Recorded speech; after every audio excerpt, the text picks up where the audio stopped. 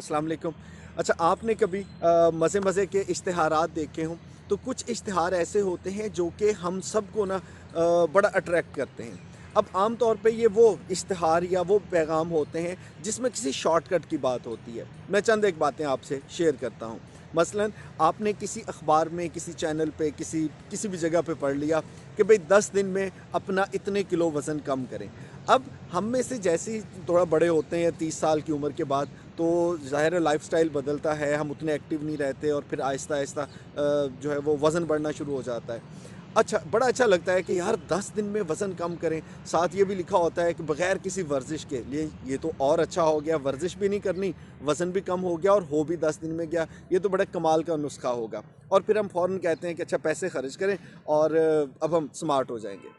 इसी तरह के कुछ और इश्तिहार भी हैं, मसलन थोड़े से पैसों में आप अपने घर के मालिक बन सकते हैं। अब वो घर जिसको बनाना कमोबेश हर शख्स ज़िंदगी में एक बार घर ज़रूर बनाता है, ख्वाब होता है। अच्छा, थोड़े से पैसों में एक घर बन जाएगा, भाई ये तो बड़ा मज़े का सौदा हो गया।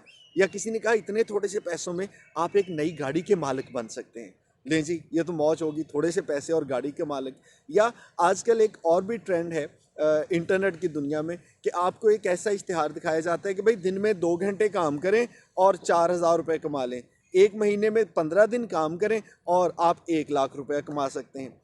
अब इन सारी बातों में कितनी हकीकत है, कितनी नहीं, इसके लिए आपको थोड़ा-सा सोच के काम लेना होगा। मसलन अब एक-एक करके चलते हैं। वो वज़न जो आपने और मैंने बढ़ाया भाई 8-10 सालों में, उसको 10 दिन में कैसे कम करेंगे? हो ही नहीं सकता, और अगर कभी होगा भी तो वो पायदार नहीं हो सकता। वो वज़न ऐसा होगा जिसको कम करने के बाद या तो आप और मैं किसी बीमारी का शिकार होंगे, या वो वज़न जैसे गया है उससे दुगनी रफ्तार से 5 दिन में वापस भी आएगा। लेकिन चूंकि सुनने में अच्छा लगा, हौसला भी नहीं करता ना कि भाई इतनी मेहनत कौन करे, तो फिर चुटकी में हो जाएगा काम, तो ठीक है। इसी तरह से आपको कहा गया कि भाई इतने से पैसों में आप घर के मालिक बन जाएं। अब वो इतने से पैसों के बाद कितने और पैसे देने पड़ेंगे, कितनी शराइत व ज़वाबत होंगी, क्या कायदे कवानीन होंगे, वो कोई नहीं बताता, और आपको एक झांसे में ले आते हैं।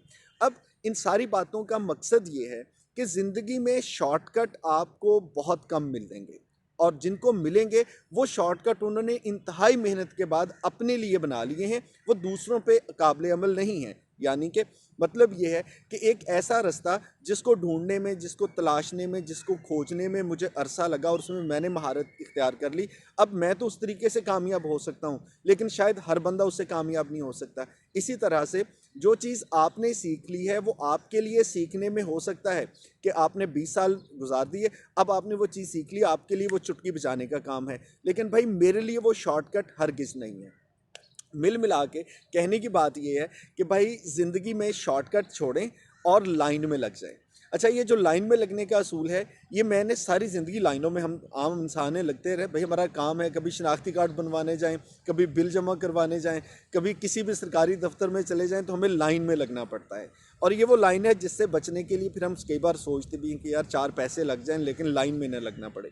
अच्छा, मुझे इन सारी चीज़ों का तजुर्बा तो था, लेकिन मैं जब अपनी दूसरी किताब पब्लिश कर रहा था तो मैं अपने पब्लिशर के पास गया। मैंने जब उनसे कहा कि भाई इस तरह से हमने ये सारे मज़ामीन जो हैं इनको अरेंज करना है, कंपोज होंगे, फिर वो कैसे उनकी हम प्रूफ रीडिंग करेंगे और कैसे फिर वो पब्लिश होंगे और सारे मराहल।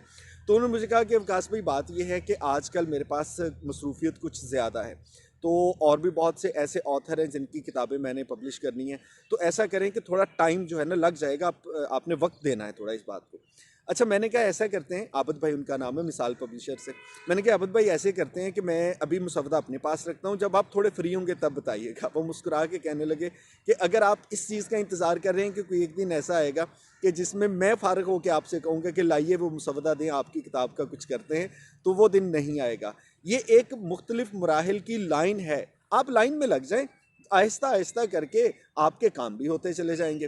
सो मैंने उनसे ये चीज़ सीख ली कि आपको कई बार एक लाइन में लगना पड़ता है। वो सीखने की लाइन हो सकती है, वो आपको अगर तरक्की करने के लिए आगे जाना है उस लाइन में खड़े होना पड़ता है, आपको मेहनत की लाइन में खड़े होना पड़ता है, आपको रोज़ मुशक्क़त करने की लाइन में खड़ा होना पड़ता है, तो उस लाइन में लगना ही पड़ेगा। अब तो वैसे भी साल का इख्तिताम होने वाला है, बजाय इसके कि आप इस साल के इख्तिताम पर ये सोचें कि हाँ, अगर ये काम मैंने शुरू किया होता तो आज ये इतना काम तो हो चुका होता, ये इतना तो मुकम्मल हो सकता। अच्छा, ये बात आप आज भी कर सकते हैं। अगर आप उस काम को शुरू ना करें, अगले साल भी आप यही करेंगे कि अगर मैं ये शुरू कर लेता तो मुकम्मल होता। तब भी ना करें, 4 साल बाद भी यही सोचेंगे। सो कोई एक दिन तो होगा कि जब हमें लाइन में लगना पड़ेगा। सो आप अपनी मेहनत की, मुशक्क़त की, जज़्बे के साथ लाइन में लग जाएँ। इंशाल्लाह मराहिल आसान होंगे, काम चलता रहेगा। लेकिन याद रखें कि शॉर्टकट के चक्कर में भाई हमने नहीं पड़ना, क्योंकि शॉर्टकट से हासिल की हुई कोई भी चीज़ जो है वो पायदार नहीं होती। हमने मेहनत करनी है, अल्लाह भली करेगा।